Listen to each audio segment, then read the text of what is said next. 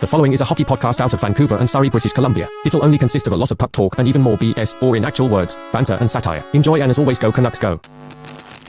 On today's episode of Locked On Canucks, we're going to let you know why Trevor Beggs is the next Frank Saravelli.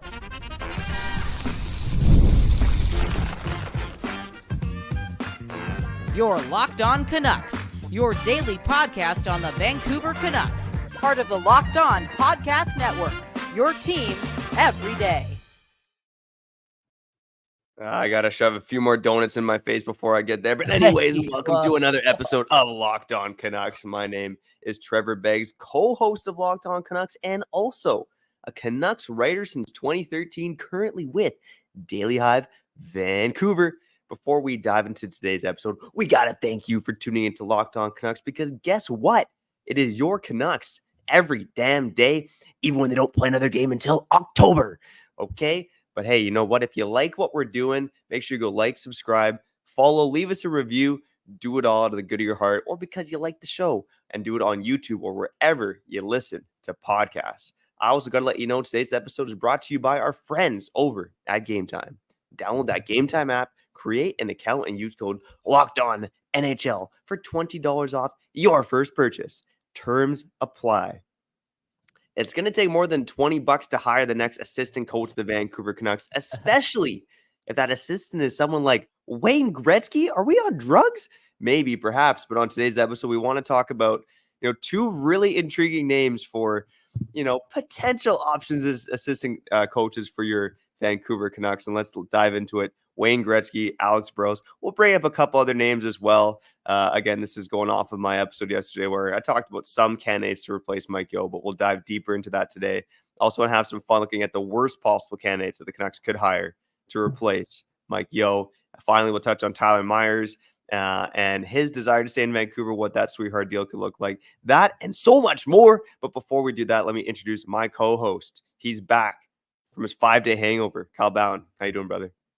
I'm back, and you've changed, man. You're a headlining type of dude. Trevor Beggs doing everything for the views. Yesterday saying that Mike Yeo got axed.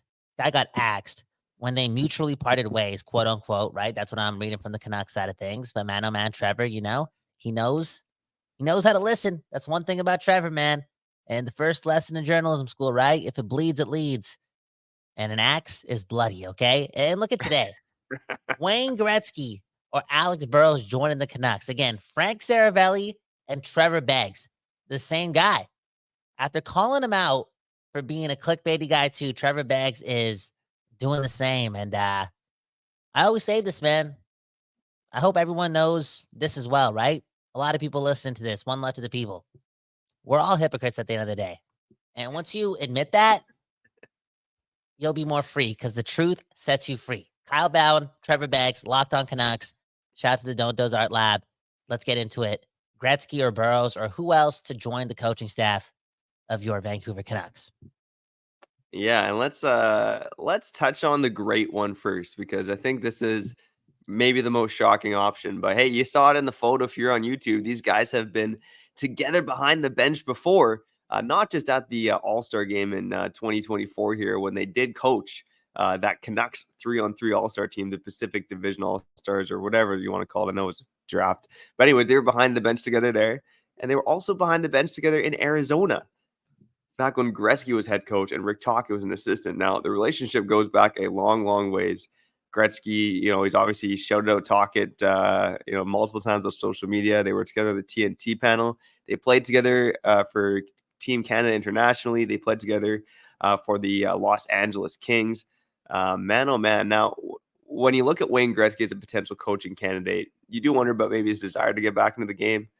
He wasn't really a successful NHL head coach, but that doesn't mean you can't be a good NHL assistant coach, right? I think people look at the great one and they're like, oh, he's his head coach or bust. But is that necessarily the case? Maybe he'd be interested in being behind the bench with Rick Tocchet. And, we talk about Rick Tocchet maybe wanting to relinquish those power play duties. Not that he wants to relinquish them, but that he probably should. Is there a better guy to potentially teach a power play than Wayne Gretzky? Think about it. Just think about it for a second, man. And on top of that, I mean, you guys have probably heard the stories before, but Wayne Gretzky, he almost became a Vancouver Canuck back in the day. That story was outlined by Scott Rintoul on the West Coast Express podcast. We actually had Scott on the show last year to talk about that. So Wayne Gretzky's had ties to the Canucks before. He actually almost became a part owner of the Canucks at one point. Maybe now is the time for Wayne Gretzky and Rick Tocchet to reunite behind the bench for your Vancouver Canucks. What do you think, Kyle? That's nuts. That's insane. That's too much. And that's not going to happen, man. It's not going to happen. There's no way Wayne Gretzky wants to, I don't know, change his whole lifestyle up. I don't see that happening, okay? This guy's been a champion many times and all that jazz. This all being said, we got to talk about this, right? Because if it was an option and there is a chance of this, we do got to remember that Aquilini and company, Rick Tocchet and company, Rutherford and company are open to having part-time head coaches. Well, assistant coaches, my bad. Not part-time head coaches. Part-time assistant coaches. We've seen it with Gonchar. Maybe we see the same thing with Gretzky where he's like, I'll coach these guys once a month.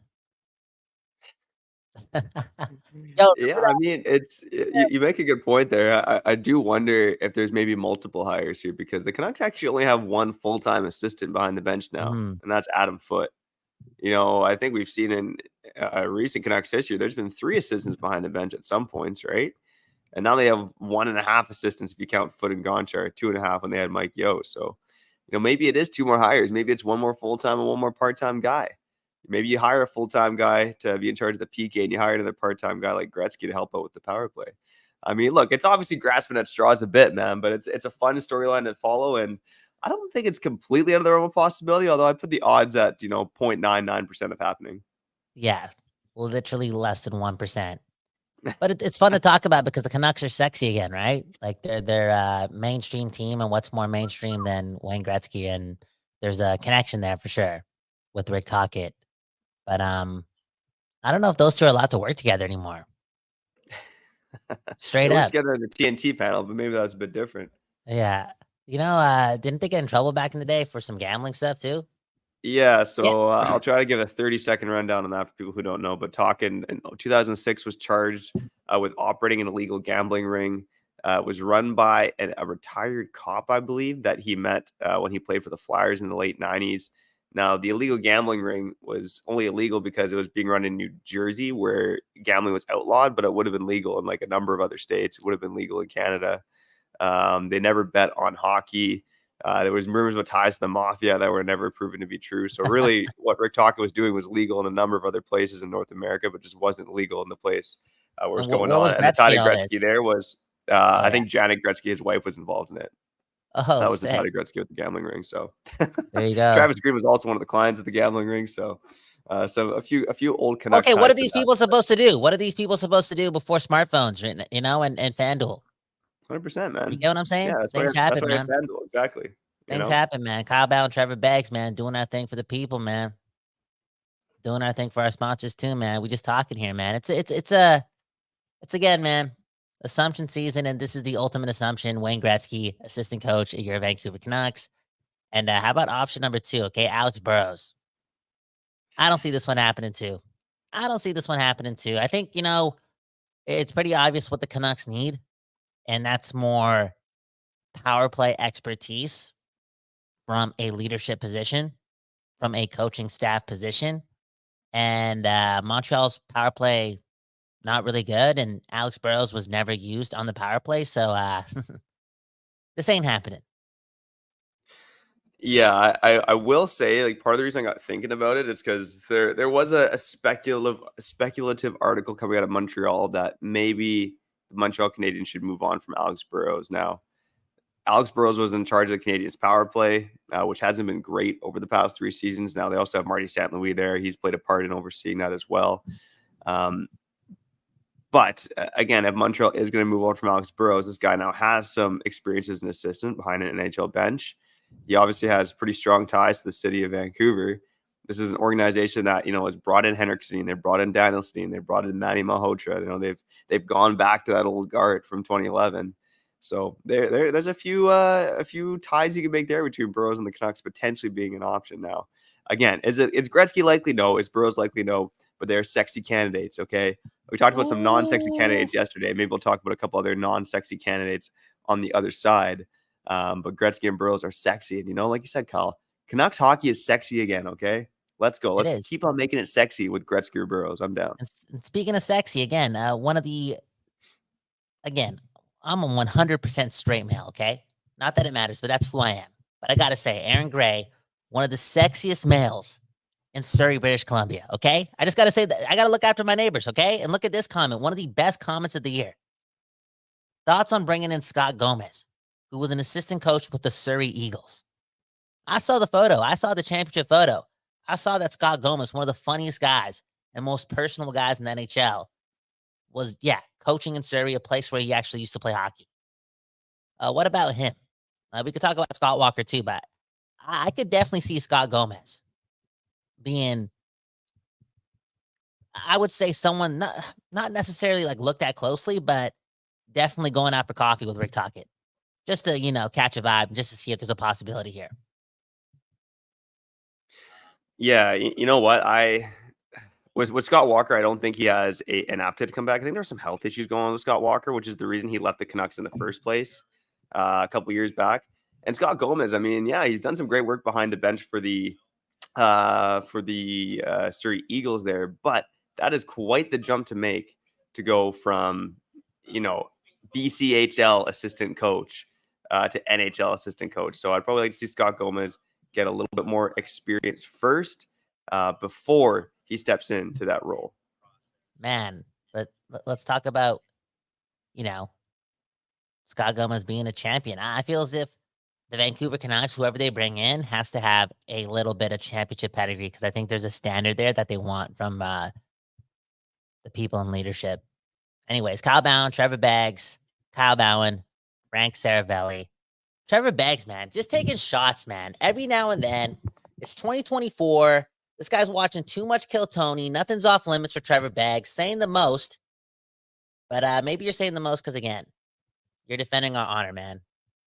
Somebody called us, a city full of douches, and Trevor Beggs is not holding back, man. You're something else, buddy. Yeah, I realize I've done too much holding back in my life in terms of being a dick. So maybe it's time to let it out once in a while. Let's keep the train rolling on the other side. Who knows? Maybe there'll be some more offhand commentary to come when we talk about some of the worst potential coaching candidates for the Canucks, along with some less sexy and potentially realistic options for your Vancouver Canucks. We'll also touch on Tyler Myers, all that coming up and more. But before we do that, let's shout out our friends over at Game Time. All right, Game Time. You know the deal. I'm cheap, and that's why when I'm looking for tickets at the last minute, I go to Game Time, because they got that killer last minute deals and the lowest guarantee, baby. Let's go. And if you want to go to the NBA Finals, which, hey, is not set in stone yet, Minnesota won Game 4, 3-1 Dallas in that series. But when the NBA Finals kick off, Game Time makes getting NBA Finals tickets even faster and easier. And guess what? Prices on the Game Time app actually go down the closer it gets to tip-off. So book your plane ticket, get over there, and then leave Game Time to do the rest, okay? Pick out any specific game that you'd love to attend. And did you see for these games? Oh, whoa, I'm not reading this properly, man. Unbelievable. But, the good deals can be found because you got views from your seat, okay? The Game Time, they'll rank the deal for you. Zone deals, they got flash deals, they got last-minute deals, and again, they got that lowest price guarantee, okay? So make sure you go download the Game Time app, create an account, and use code LOCKEDONNHL for $20 off your first purchase. Terms apply. Again, redeem code LOCKEDONNHL for $20 off your first purchase. Download Game Time today. Last minute tickets, lowest price guaranteed.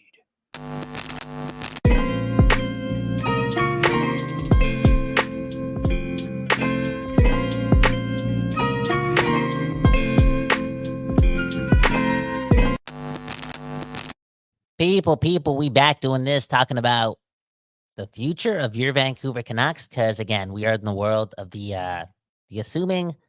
We are in the off season, and Trevor, I gotta admit, man,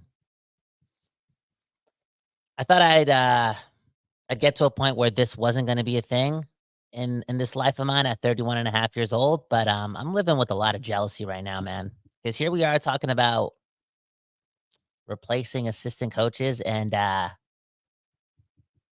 was the Oilers winning Game 4 of the Western Conference Finals. So I'm jealous right now, man. Not gonna lie. Yeah, no, that's fair, man. I mean, it's fair to be jealous, and last night too looked like the Oilers are going to crumble, and then they in fact did not crumble. But Well, can we my admit now? start, Can we say this? Sorry to cut you off. I'm emotional, but I had group chats going off like, "Oh, I guess the Canucks and the Dallas Stars have the same game plan. Don't take a lot of shots on Stuart Skinner." Blah blah blah. And it's like, dude, maybe they can't because I know we don't like the Darnell Nurses and the Cody Cece's and the Deja, whatever the guy's name is, but collectively, their forwards come back pretty heavily, and their team defense is not that bad, and they're getting the job done. Like the Vancouver Canucks 9 days ago lost to a pretty good team, a team that was better than them. So yeah. yeah, Yeah, we talked about it before. I think the Oilers, I think they pick and choose when they want to play defense, but when they play defense, they can be a pretty good defensive team. And I think Chris Knobloch, the Knob, he talked about a post game how the team plays well, but they just don't play well consistently for 60 minutes, which is hard to do, especially in the playoffs. But yeah. I don't know. What do you think, Kyle? Do we need someone with a penis innuendo nickname to be behind the bench of the Vancouver Canucks? Or maybe Jay Woodcroft. I mean, he's in the worst coaching candidate category, but. Oh, there you go. Well, that's what they call knobs, right? They call his nickname's Knobs. That's what I asked the homie of mine, who's a big Oilers fan. Knobs. Y'all can call me Tic Tac. Wow. Y'all can call me Tic Tac. Hey, man, you are what you eat, right? Again, assistant coaches. That's what we're talking about today.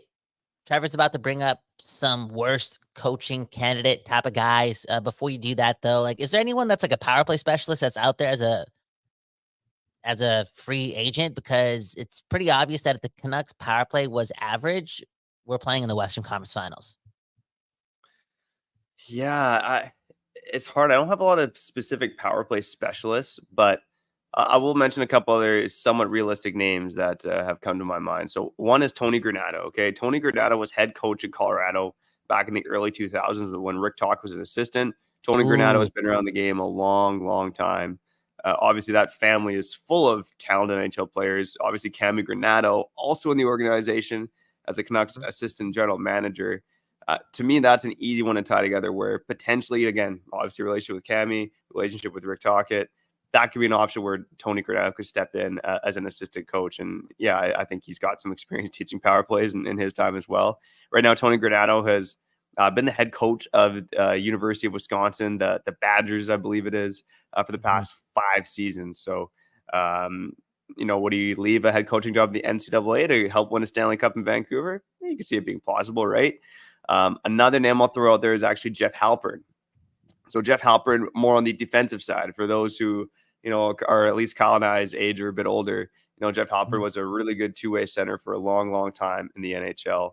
Long career at the Washington Capitals, Tampa Bay Lightning. So I think he's a coach that could help with the PK. I believe he's helped with the PK in Tampa Bay, where he's still an assistant coach. So maybe if he's looking for an increased role, or he's maybe doesn't want to be in Tampa anymore. Jeff Halpern and Tocchet have a connection too. So Jeff Halpern played for Tocchet in Tampa Bay. So that's another name that comes to my mind. And the third one, I'll shout out the boss man over at Daily Hive. You mentioned John McClain, who did coach with Rick Tocchet in Arizona. He was with the Islanders last season, and now left the Islanders mid-season, so he's now a free agent assistant coach looking for work as well. So there's some realistic options as well. I'll show some of the funny ones in the comments. Anthony says, coaching staff is full of former players. Imagine if they get Phil Kessel behind the bench. What a story that would be. The Canucks drag Phil Kessel to Abbotsford for a month, don't sign him, and then he becomes an assistant coach. That would be one of the craziest stories of my lifetime. Yep. That's crazy, man. The Canucks needed an average power play and Phil Kessel to potentially get to the Western Conference Finals. Something else, man. Something else. I mean, you just listed a bunch of coaches, former head coaches that could be assistant coaches. Again, I'm not going to dive completely into my analyzation of who that guy should be because, I don't know, it's an assistant coach. You know what I'm saying? It's an assistant coach. I just feel as if, again, if they are going to the outside after a quote-unquote pretty successful season with Mike Yeo there, especially with Mike Yeo, I'm sorry, is that how you say it? Yeah, Mike Yeo. Yeah. Even with Yeo helping that penalty kill get to a point of respectability, right? Like that thing was climbing. there were moments against a historic power play in the Oilers where the penalty kill looked perfect for 2 straight games when the Canucks really needed a perfect penalty kill. Like, that's pretty hard to do. He was making strides, but they cut him. And I think, again, a big reason why they cut him is they know they got a lot of room to improve on that power play. And as Gervier, saying, the Canucks need an assistant coach with, that power play specialty in him, okay? Because with Hughes, Pettersson, Miller, Besser, and whomever is that 5th guy on the power play moving forward, it's pretty obvious that the Canucks should have one of the best PPs in the league. Yeah, no tic-tac PP, that's for sure. Exactly. It's always been a dream. It's always been a dream of mine to have one of the best PPs. But at around 26 or 27 years old, I knew like puberty was gonna stop. It wasn't gonna have a second life in my life. So yeah. So I just Kyle, that's why you're the master of going downstairs, buddy. So I'm proud of you for that. You got to step up in other areas, man, and you've done that. Okay, I'm gonna start with a couple more comments in terms of worst coaching candidates because Aaron Gray, the Mayor Surrey, did bring up the one name on my mind, Jim Benning, behind the bench assistant. That is probably the second worst option I could think of. The worst I could think of to be behind the Canucks bench is Mark Messier because he's going to sabotage it for sure. I think Jim Benning means well, but Mark Messier would literally sabotage the Canucks. Remember what I told the people a couple days ago that I've been watching more television and I spent some time watching a documentary on the 2003-2004 Colorado Avalanche. And that was, the year where Rick Tocchet was an assistant coach to Granato, who you just mentioned 5 or 6 minutes ago. That would be a weird place for Granato to coach. And that's, again, at Rogers Arena, at that address, 20 plus years after the whole Steve Moore incident, because I don't know. Feels as if there's some bad blood still in that guy. Who knows? Maybe I'm wrong. Who knows? But yeah. Anyways, Kyle Bhawan, Trevor Beggs. This is what happens, man. 9:17 on a Thursday, assuming off-season mode, talking about assistant coaches. We lost 9 days ago. 10 days ago. What's the math? I don't know. I'm over it, but again, I'm jealous, man. I'm jealous that we're doing this. Well, at least you and I have each other, and we have the people here on Locked On Canucks. Speaking of Locked On Canucks, your Canucks every day. We'll be back on the other side to wrap up the show. Again, you're listening to Locked On Canucks, your Canucks every freaking day. Let's go. Man, we're going to have a lot of fun tonight in Vancouver, all my real fans.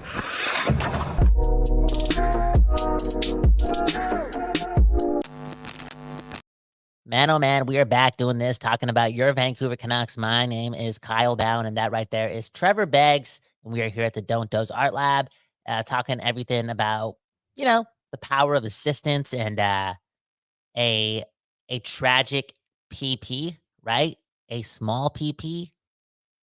I guess that's what I'm trying to get at. And again, if anyone is suffering from having a bad PP, confidence, it gets you a long way.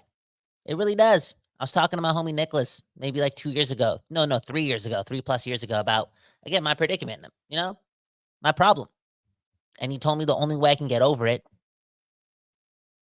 was confidence. And since I'm not a millionaire and I can't have surgery and stuff like that, confidence was my only option. And confidence is the key to life, man. Speaking of which, how confident are you in Tyler Myers? Because I know this thing is going to happen, right? The Canucks, Tyler Myers are going to agree to a contract. Hopefully it's under $3 million because, again, I feel as if this is inevitable. But I'm not like jumping for joy. I'm not making a Discord channel in the link in the bio just to talk about bringing back Tyler Myers. Like, am I not giving him that much credit or as much credit as I should for being a really, really good number 5, number 6 defenseman? No, I think your enthusiasm is at the right level. I think people are excited about Tyler Myers because he came leaps and bounds this season compared to where he was his first 4 years in Vancouver, or at least the last 3 years. He was okay in year 1, I guess. But yeah, Tyler Myers is so mistake prone all over the place. But last year kind of cleaned up his game. Adam Foote did some good for his game. That being said, Kyle, we talked about it before, like Noah Juleson at $775,000 versus Tyler Myers at even $2 million. It's like Noah Juleson half the player that Myers is. I mean, probably more than that. He's probably closer to Tyler Myers than we think. Tyler Myers, again, is going to be 35 soon. So, for me, when I think about a sweetheart deal for Tyler Myers, I think you get over 3 on the open market. But I look at some of the other needs on this team and a bottom pairing right shot defenseman, which, let's be real, that's what Tyler Myers is, even though they had played him as a top 4 guy at times. It can't be the Canucks' number 1 priority. It can't even be the priority number 2, 3, or 4. I think if you have space for Tyler Myers at around $2 million, after a couple of days of free agency in July, then make the deal. But anything over $2 million-ish for me, I'm probably moving on. Like I'd rather target some of the other guys out there. Like maybe give me a Jalen Chatfield over a Tyler Myers. You know what I mean? At least Chatfield's younger. He's got some more speed to his game, less mistakes. And, guys like that. Like there are guys out there that can replace Tyler Myers. Like I said, the odds of this happening, I'm going to put them at 60% because I think Myers wants to stay, and I think he's willing to take a discount. How much is that discount? Waits to be seen. But for me, it's got to be something in that $2 million range, maybe even less. You know how back in the day, before we signed Pettersson to an extension, Alvin said he had a pecking order, a to-do list, a tier list of, again, prioritizing where he should put his money and when he should put money into other players. I guess what I'm trying to get at is like, where's Myers on that list? Because I feel as if the Vancouver Canucks, in my opinion, should have like Joshua, Zadorov, Lindholm, and then Myers on this to-do list. And I think if they get Myers done first, I don't want to say they'd be making a mistake because it's Alvin and Rutherford and I trust these guys, but you get what I'm saying? Like the whole Juleson thing, it's crazy for us to say this. And I know maybe we're saying this because we're from Surrey and we're having that hometown bias towards him. And this dude already shoved it up our rear end after we talked a bunch of ish about him. And now we want to have his back. Saying that Juleson can replace Myers again can sound crazy, but spending money on Myers first before you do so on a guy like Joshua, we just talked about the PK being really good, or just, again, Zadora, it seems kind of crazy to me. No, I agree. I think Tyler Myers cannot be priority number 1. Like, if he is like the first guy they sign, like I hope it's like a 1-year deal at like a $1.5 million or like a 2-year, $3 million deal, like something absurdly low where it's like, okay, yeah, you got this guy at really good value. Yeah, that's fine. But if it's like you're signing Tyler Myers at anything over $2 million and he's the first guy you sign, like to me, that's a bit problematic because man, oh man, the Canucks again, $26 million in cap space, but they got some other big things to figure out, including, getting a top 6 winger, filling out this defense that has, Hughes, Soucy, and Juleson under contract right now. You know what I mean? So there are some way bigger priorities for the Vancouver Canucks this offseason. Tyler Myers cannot be even one of your top 3 priorities, even top 5 priorities, in my opinion. Look at this comment from Burn Sticks. Good commenter, always active in the comments. I'm just going to get to the end of what he's saying here. And he's talking about, having a net front presence on the power play, and that's really missing for this team, and blah, blah, blah. And then he mentions Dakota Joshua's name as potentially that guy. Now, I don't know if we necessarily need that, because I think there is a world where Brock Besser continues to dominate in front of the net. But I want to bring this up again because we're getting closer and closer to July 1st. We really are. We really are. Look at the date. Thinking about it more now, seeing some tweets about the Canucks potentially lowballing Joshua, and there's still some distance there and all that jazz. I have to continue to bring up this question. Like, do you think there's another level to Dakota Joshua's game? And I know I asked you this last week, but again, now there's been some more time from that emotional place of mind after a loss to the now. So again, is there another level to Joshua's game? Because I'm with you. Like, I would prioritize signing Joshua or using your money first on that problem versus getting Myers for like $2 million. Yeah. So what's your feelings on Joshua right now? Yeah, I've said it before and I'll say it again. Shout out to the everydayers. They probably know this, but I think there is another level to Joshua's game now. I don't know if goal scoring wise he can get to much higher of a level. I mean, I'd like to see him play a full 82 games or close to it, right? He missed over 20 games this season, but he was on pace for 20 goals, which was, shocking to me, right? When Rick Tocchet told me that in his first partial season with the Canucks, and he dropped that quote, I was stunned. But Joshua got there, and Tocchet saw something, and he's blossomed into a great penalty killer, a physical presence. He's got some good wheels. I think what I'd like to see more from Joshua is just the consistency, right? In the playoffs, the points were there, 8 points in 13 games, but he piled up 6 of them in 2 games or something like that, right? So for most of the playoffs, he was a bit of a non-factor. He was throwing hits and doing his thing, but in terms of just like, separating guys from pucks and just, creating more havoc. I think there is another level there to his game. But man, I'm actually taking some steps. So I don't know if he can make another leap like he did this season, but I think he can get better for sure. I think there's a 20% chance he can take a leap. I believe that. I really do. 20% is not extremely high, but the fact that there is a chance there, and even if he doesn't make that leap, there's still, in my opinion, a big player, a skilled player, some chemistry with Garland, big strides on the penalty kill. There's just an important guy there that, at this point in time, I feel like the team has to keep. Now, is this possible to do? Who knows? Is it harder to do because we still are paying Ilya Mikheyev $4.75 million a year for sure? Which leads me to this. Okay, and if you made it to the end of this episode, one love to you. Hit the like button, subscribe. We really do appreciate all of you.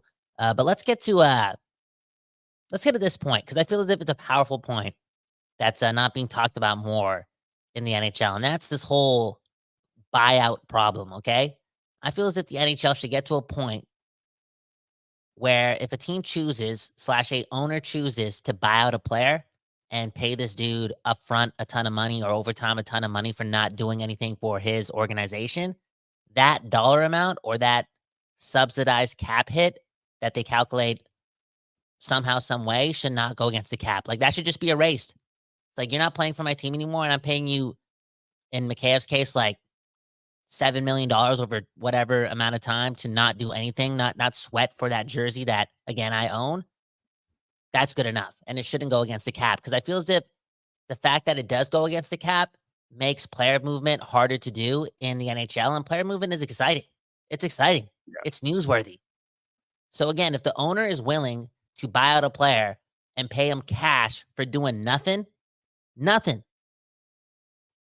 there should not be a cap hit penalty. I think that's one of the stupidest things in sport.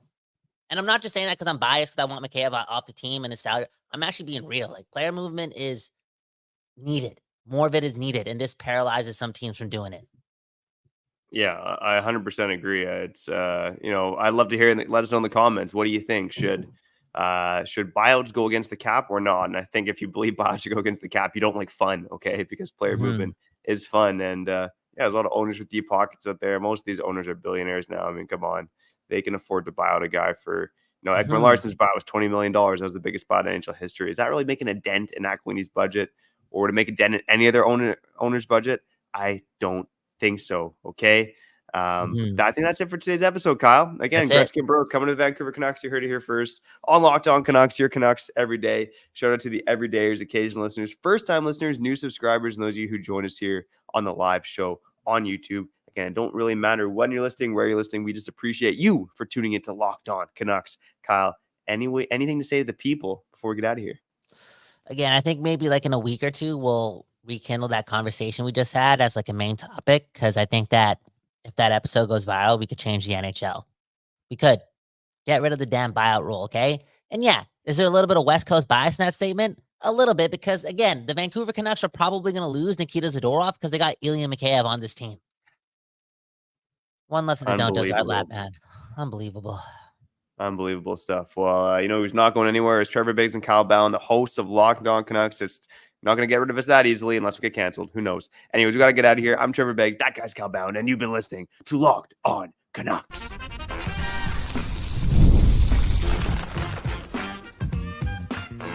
You're Locked On Canucks, your daily podcast on